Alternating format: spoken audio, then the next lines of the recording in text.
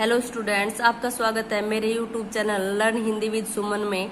आज का विषय रहेगा शब्द विचार। शब्द एक या एक से अधिक वर्णों से बना स्वतंत्र व सार्थक समूह शब्द कहलाता है। जैसे ग प्लस उ प्लस ल प्लस आ प्लस ब प्लस ए। इन वर्णों को जोड़ने के बाद एक सार्थक शब्द बना है गुलाब। शब्दों का वर्गीकरण। व्युत्पत्ति अथवा रचना के आधार पर सबसे पहले हम देखेंगे रचना के आधार पर शब्दों का वर्गीकरण। सबसे पहले है रूढ़ अथवा मूल शब्द, सेकंड है यौगिक शब्द, थर्ड है योग रूढ़ शब्द। सबसे पहले रूढ़ अथवा मूल शब्द के विषय में पढ़ेंगे। जो शब्द किसी विशेष अर्थ के लिए ही रूढ़ या प्रसिद्ध होते हैं वे रूढ़ अथवा मूल शब्द कहलाते हैं। इनके खंड करने पर अर्थात इनके टुकड़े करने पर कोई अर्थ नहीं निकलता। मूल शब्द का अपना एक निश्चित अर्थ होता है। अगर हम इनके टुकड़े करेंगे तो इनका कोई भी निश्चित अर्थ नहीं निकलेगा। जैसे किताब, घर, शहर, पानी, हाथ आदि। सेकंड है यौगिक शब्द। दो अथवा दो से अधिक शब्दों को मिलाकर बनने वाले सार्थक शब्द यौगिक शब्द कहलाते हैं। जैसे राष्ट्र प्लस पति, राष्ट्रपति। ये योग का मतलब क्या होता है? जोड़। राष्ट्र प्लस पति, इन दोनों को जोड़ने से एक नया शब्द बना है राष्ट्रपति। सेकंड है प्रधानमंत्री, प्रधान प्लस मंत्री। थर्ड है रसोई प्लस घर, रसोई घर। नेक्स्ट है योग रूढ़ शब्द। जो शब्द यौगिक होते हुए भी किसी विशेष अर्थ के लिए रूढ़ हो जाते हैं वे योग रूढ़ कहलाते हैं। ये किसी विशेष अर्थ के लिए प्रसिद्ध है। जैसे उदाहरण देखिए निशाचर, निशा प्लस चर, रात को घूमने वाला। नेक्स्ट है नीलकंठ। नीलकंठ का मतलब नीला है कंठ जिसका, अर्थात शिव। स्रोत या उत्पत्ति के आधार पर शब्द के 5 प्रकार होते हैं। कितने प्रकार होते हैं? 5 प्रकार। फर्स्ट है तत्सम शब्द। तत्सम शब्द तत् प्लस सम से बना है और तत् का अर्थ होता है उसके मतलब संस्कृत के, और सम का अर्थ होता है समान। संस्कृत के ऐसे शब्द जो अपने मूल रूप में प्रयोग किए जाते हैं तत्सम शब्द कहलाते हैं। जैसे ग्राम है, आश्रय है, सूर्य है, स्वर्ण है, क्षेत्र है, सर्प। ये क्या है? संस्कृत के शब्द है और ये मूल शब्द है। नेक्स्ट है तद्भव शब्द। तत् का मतलब होता है उससे, भव का मतलब होता है पैदा हुआ। स्पष्ट है कि ऐसे शब्द जो मूल रूप से संस्कृत शब्द हैं परंतु हिंदी में प्रयोग किए जाने पर जिनका रूप बदल गया है।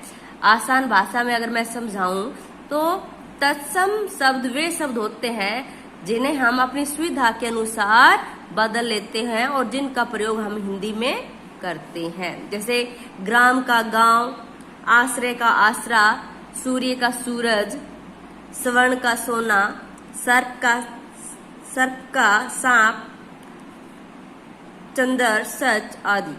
नेक्स्ट है देशज शब्द। देशज का अर्थ है जो देश में जन्मा हो, जो देश में जन्मा हो। ऐसे शब्द जो देश के भिन्न प्रांतों, जातियों आदि से हिंदी में आए हैं देशज शब्द कहलाते हैं। जैसे पेट है, गाड़ी है, लोटा है, पगड़ी है, ठोकर आदि। ये सभी शब्द हमारी देसी भाषा से लिए गए, हमारे देश से लिए गए हैं। नेक्स्ट है विदेशी शब्द। जो शब्द विदेश से संबंधित अर्थात विदेशी भाषाओं से लिए गए हैं, जो शब्द विदेशी भाषाओं से हिंदी में आ गए हों विदेशी शब्द कहलाते हैं। जैसे मोटर है, जहाज है, कागज है आदि। ये शब्द विभिन्न भाषाओं के शब्द हैं। संकर शब्द। दो भिन्न भाषाओं के मतलब दो अलग अलग भाषाओं के शब्दों के मेल से बने शब्द संकर शब्द कहलाते हैं। जैसे वर्ष, गांठ है। वर्ष जो शब्द है संस्कृत का है और गांठ शब्द हिंदी का है। जैसे रेलगाड़ी है, रेल शब्द अंग्रेजी का है और गाड़ी शब्द हिंदी का है। नेक्स्ट है अर्थ के आधार पर शब्दों के भेद। फर्स्ट है निरर्थक और सेकंड है सार्थक। निरर्थक जैसे इसका पता चल निरर्थक, जिसका कोई अर्थ ही ना निकले। ऐसे शब्द जिनका कोई अर्थ नहीं होता, अर्थ नहीं निकलता। जैसे चाय शब्द है, इसका अर्थ निकलता है, लेकिन जो वाय ये शब्द निरर्थक शब्द है। जैसे खाना शब्द क्या है, एक सार्थक शब्द है, लेकिन खाना के साथ हम वाना शब्द का प्रयोग करते हैं, खाना वाना, तो वाना शब्द क्या है, निरर्थक शब्द है। नेक्स्ट है सार्थक शब्द। ऐसे शब्द जिनका कोई अर्थ निकले सार्थक शब्द कहलाते हैं। जैसे खाना, चाय, कपड़े आदि, ये शब्द क्या है, सार्थक शब्द हैं। नेक्स्ट है सार्थक शब्द के भी 6 प्रकार होते हैं। कितने प्रकार होते हैं, 6। सबसे पहले है एकार्थी। इसके नाम से पता चल रहा है एक अर्थी, मतलब जिसका एक अर्थ निकले। ऐसे शब्द जिनका एक ही अर्थ निकले एकार्थी शब्द कहलाते हैं। जैसे देश है, संसार है, पर्वत है, नदी है, भाषा है, इन शब्द का एक ही अर्थ निकलेगा। सेकंड है अनेकार्थी शब्द। जिन शब्दों के एक से अधिक अर्थ हों उन्हें अनेकार्थी शब्द कहते हैं। जैसे अर्थ है, अर्थ शब्द के अनेक अर्थ निकलेंगे। जैसे अर्थ का अर्थ मतलब होता है धन, प्रयोजन, कारण। नेक्स्ट है पट। पट के भी एक से अधिक अर्थ निकलेंगे। जैसे वस्त्र, पर्दा, कपाट। कपाट का मतलब क्या होता है, दरवाजा। नेक्स्ट है पर्यायवाची शब्द। जिन शब्दों के अर्थ लगभग समान होते हैं, क्या होते हैं, समान होते हैं, उन्हें पर्यायवाची शब्द कहते हैं। जैसे दिन का दिवस, वासर, वार, इनके अर्थ समान है।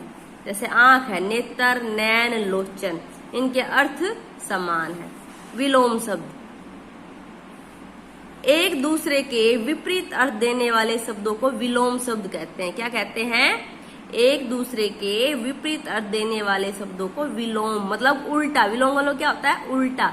जैसे सरल है, इसका उल्टा क्या होगा, इसका विलोम क्या होगा, कठिन। जैसे नूतन है, इसका विलोम क्या होगा, पुरातन। जैसे सम है, इसका विलोम क्या होगा, विषम।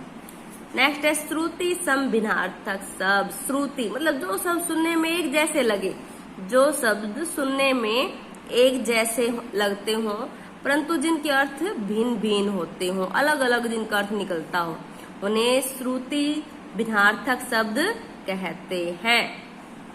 जैसे अंश है, भाग, और ये अंश, कंधा, दोनों सुनने में एक जैसे लगे। जैसे मातृ है, माता, मात्र, केवल।